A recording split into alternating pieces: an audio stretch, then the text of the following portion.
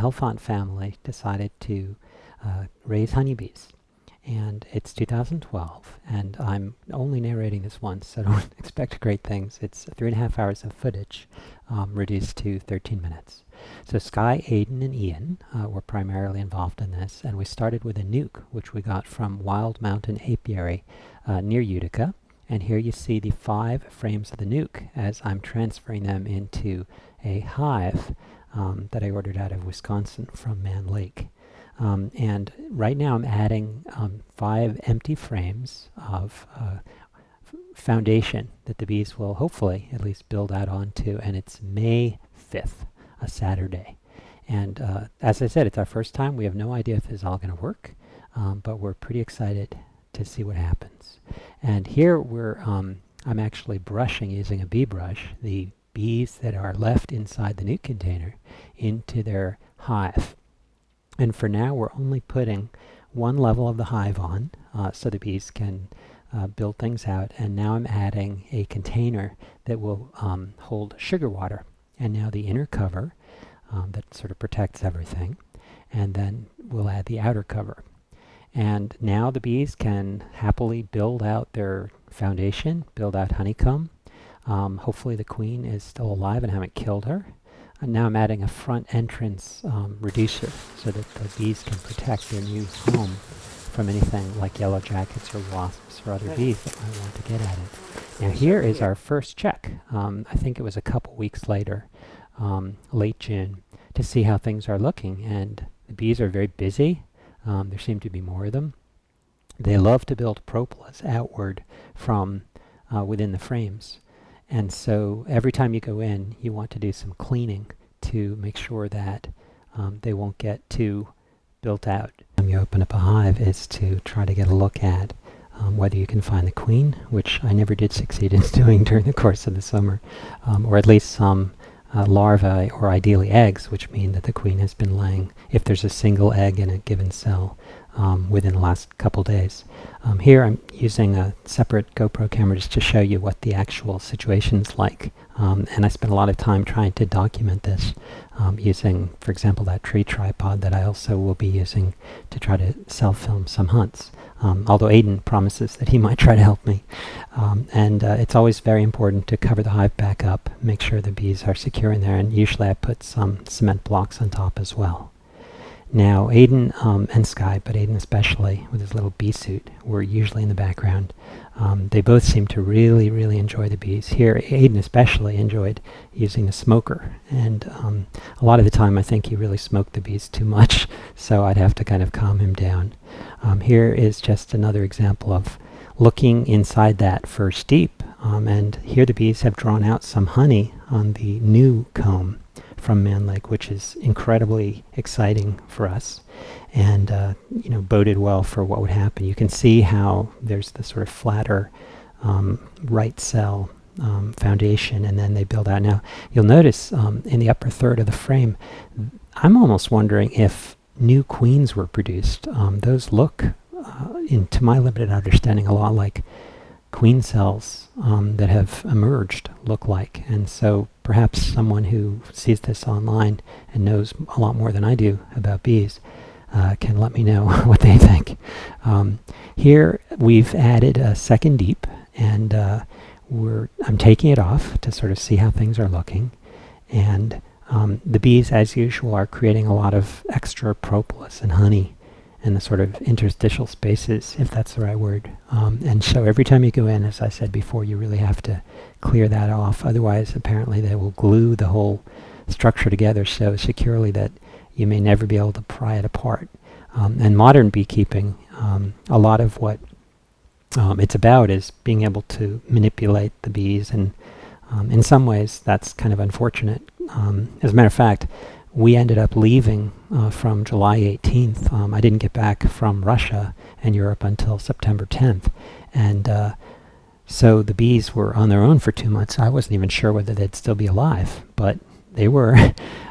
This is just prior to departure, and what I was doing was taking the very full bottom deep and actually taking the emptier top deep, which is about 9.5 inches high, and putting the emptier one on the bottom And my guess, which I think turned out to be correct, is that the bees would have to go through that empty one, on their way from the main entrance up to the really fully populated top deep, and maybe that would inspire them to build out the foundation in the bottom deep more than they had up to that point. And apparently that turned out to work.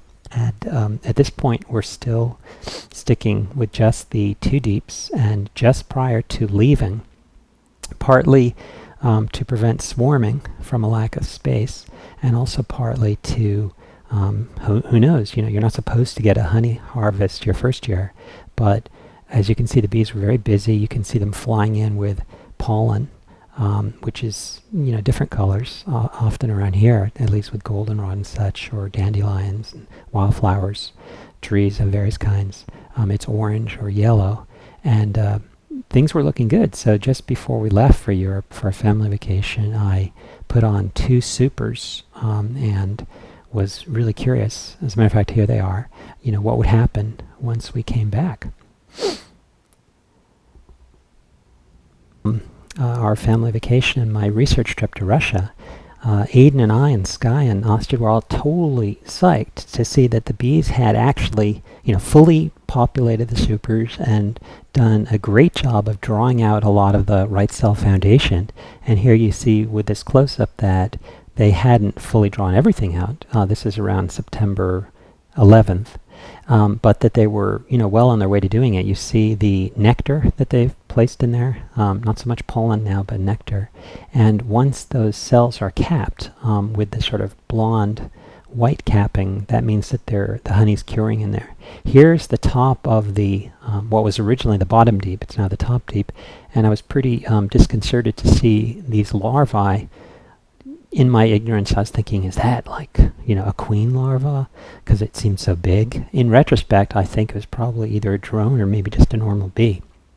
So here we've put that unpainted piece of wood just below the 2 supers is a bee escape, and it's considered to be a relatively civilized or sort of non-bothersome way of getting the bees cleared out of the supers. So I had put that on a couple days before taking the supers off to see what we could harvest, and it has a kind of maze-like triangular structure on the bottom of it, so the bees crawl down through a little hole in the middle, and then they get kind of stuck below it, and that's a way of clearing out the majority of bees from up in the supers. And there you see actually the bottom of the escape with the triangle in there. You can see Aiden's getting carried away with the smoking as usual, so I had to stop him.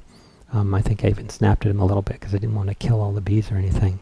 And I put the triangular escape right there so that the bees could crawl back into the hive. And now what I'm doing is taking out the medium frames from the 2 supers and placing them in what was the original nuke. So it came fully laden with bees, and now it's getting fully laden with the honey that they created. And for the winter, they will be left in this fairly, I guess we're zone A, according to the way they describe it, so fairly cold. They need something like 60 to 100 pounds. Personally, I'd say 70 or 80 pounds of honey in the for the winter. So within each of those deeps, they may weigh 70 pounds. That's how they felt to me, at least, when I lifted them. And even the medium supers, as it turned out when we weighed them inside, both together weighed 102 pounds with the frames and the wood and everything.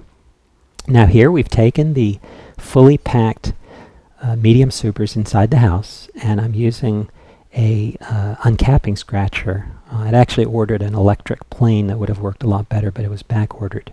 Because again, we didn't expect to harvest the first year, so I hadn't planned ahead for all this stuff. I had to get it kind of at the last minute. But to get the honey out and to leave the comb that the bees have drawn intact, the way that you really do that is you carefully uncap the tops, and then you end up putting it inside a radial extractor. And so I ordered one. That was kind of the biggest investment of this whole project. And it's out in the garage, and this is the uncapping tank. So basically you uncap all of these medium frames into the uncapping tank, and then the beeswax and propolis sits on the bottom and eventually drains. And then meanwhile, you take the uncapped frames and you stick 6 of them at a time radially as I'm doing here, inside the extractor. And then I did totally splurge on this because the kids seem to be really into this, and actually they are planning, we're going to add 2 or 3 more hives next year in the spring, and they're planning on, now that we've had a pretty successful first season, on being really involved and then selling the honey raw and unprocessed at the farmers market. And we've agreed that 75% of that money will go into their new, about to be established college fund, their 9, and then 25% is play money for them. So Sky was in charge of the speed control, and here the kids are watching our honey actually come out of the extractor. And Astrid asked Sky to put his finger near it. I just want anyone who might consider buying our honey to know that I didn't let him touch it, and that in general we're going to be extremely hygienic about the whole thing. With honey, you have to worry about it becoming granular, or for that matter fermenting. And granular honey is fine. It's actually apparently the standard in parts of Europe where my wife is from. She's Dutch.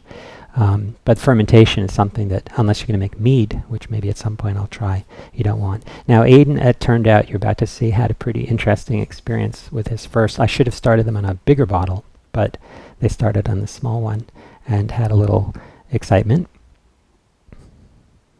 So after that, I stepped in, and then we got them, they refined their technique pretty quickly, and soon enough they were in charge of filling all the bottles. And here you can see how nice a job they did. They really loved this part. It was their favorite part. And the honey had been sitting in that 5-gallon tank for about 3 days up in Sky's room, which I put a dehumidifier in and also turned the heat up to about 85. So it was nice and flowable, if I know that's not a word. Well, me and Sky and my dad, we bought honeybees this year, and yesterday we took the honey out. We took the honey out and we put it in this big bucket. When we were done with it, and after that we filled all these cups with honey, and we had to clean them first, and then we put the lids on them, and my dad put them all in a row, and this is what they look like. And we also got candle wax. That's right, we got beeswax. So how much honey? Do you guys remember how much honey we got in the end? I think 55. 54 pounds, that's right. And here it is. We are extremely psyched. And Sky and Aiden were amazing at helping to put it in the bottles. So this was a great first year for us.